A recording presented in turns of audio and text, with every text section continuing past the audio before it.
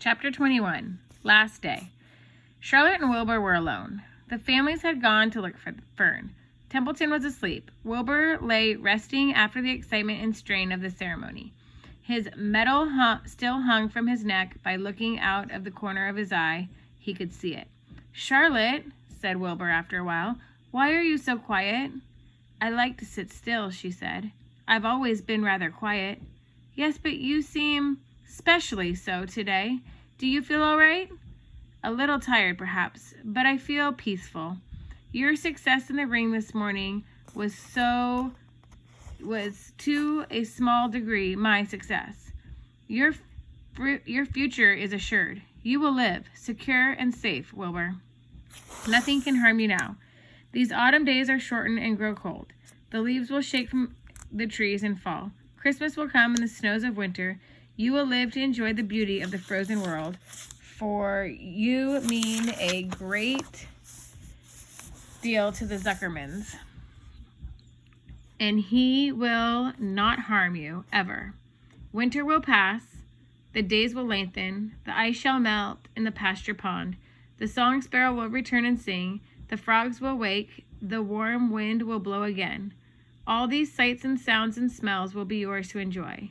Wilbur, this lovely world, these precious days." Charlotte stopped. A moment later, a tear came to Wilbur's eyes. "Oh, Charlotte," he said, "to think that when I first met you, I thought you were cruel and bloodthirsty." When he recovered from his emotion, he spoke again. "Why did you do all this for me?" he asked. "I don't deserve it. I've never done anything for you." "You have been my friend," replied Charlotte. "That in itself is a tremendous thing. I wove my webs for you because I liked you. After all, what's a life anyway? We're born, we live a little, we die. A spider's life can't help being something of a mess with all this trapping and eating flies.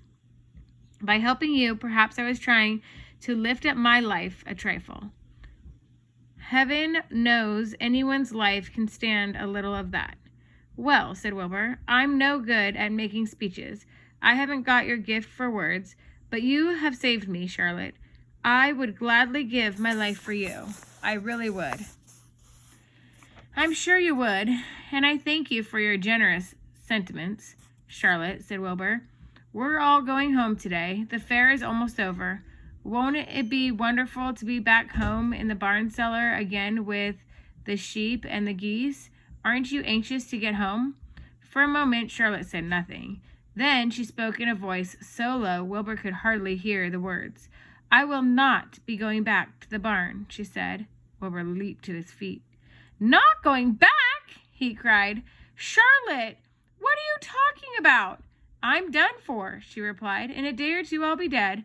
I haven't even the strength enough to climb down into the crate.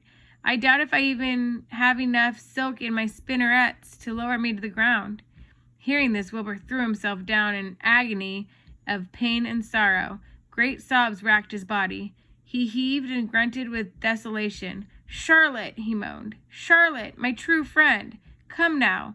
Let's make a scene," said the spider. "Be quiet. Let's not make a scene," said the spider. "Be quiet, Wilbur. Stop thrashing about." "But I can't stand it," shouted Wilbur. "I won't leave you here alone to die. If you're going to stay here, I shall stay too." "Don't be ridiculous," said Charlotte.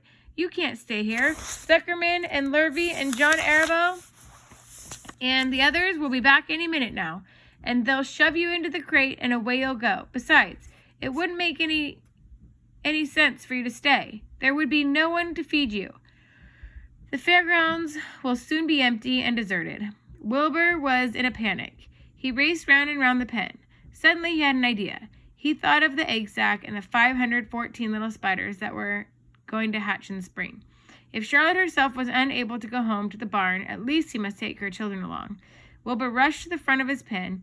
He put his front feet up on the top board and gazed around.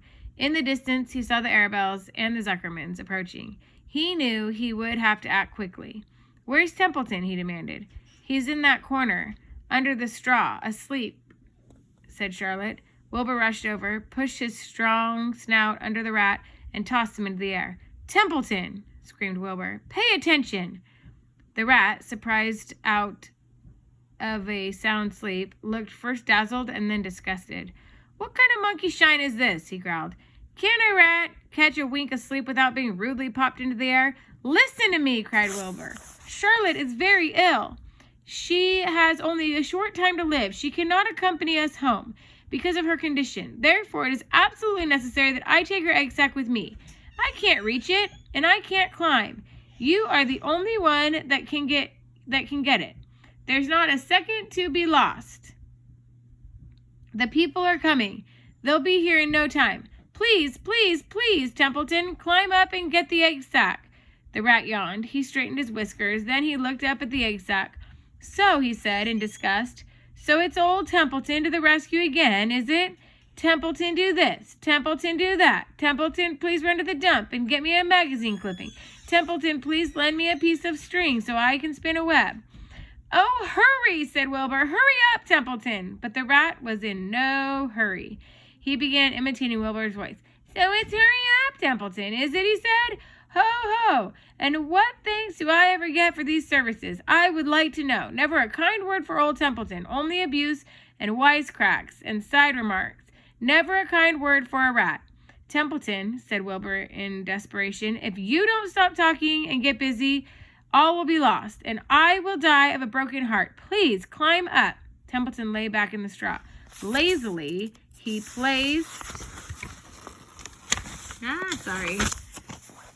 placed his forepaws behind his head and crossed his knees in an attitude of complete relaxation. "Die of a broken heart," he mimicked. "How touching. My, I notice that it's always me you come to when in trouble.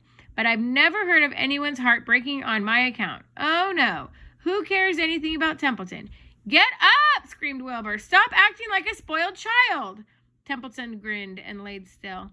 "Who made trip after trip to the dump?" he asked. "Why is it old Templeton who saved Charlotte's life by scaring that arable boy away with a rotten egg? Bless my soul, I believe it was Templeton.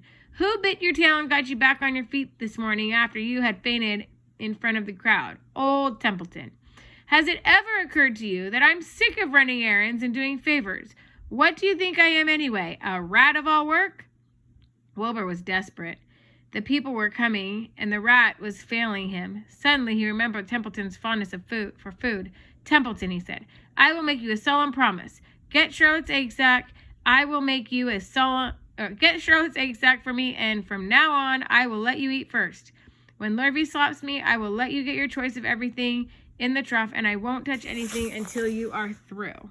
The rat sat up. "You mean that?" he said. "I promise. I cross my heart." "All right, it's a deal," said the rat. He walked to the wall and started to climb. His stomach was still swollen from last night's gorge. Groaning and complaining, he pulled himself slowly to the ceiling. He crept along till he reached the egg sac. Charlotte moved aside from him. She was dying, but she still had strength enough to move a little.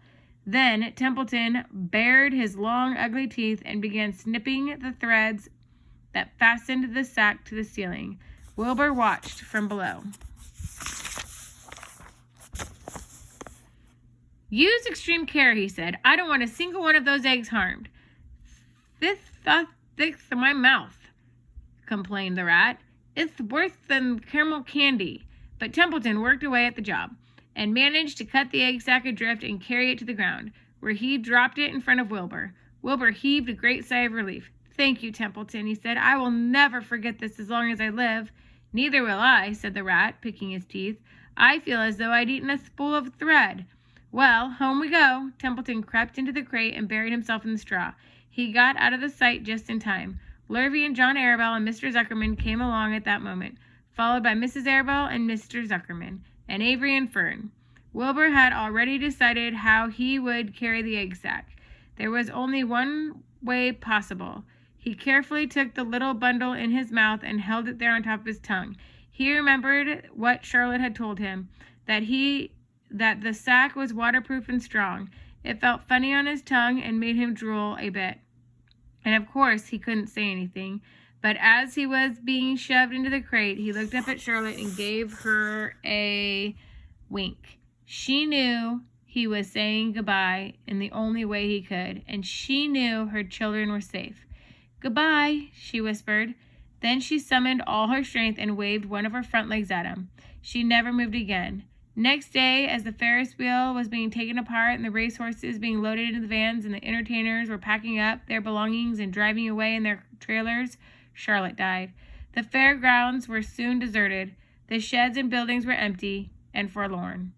The infield was littered with bottles and trash. Nobody of the hundreds of people that had visited the fair knew that a gray spider had played the most important part of all. No one was with her when she died.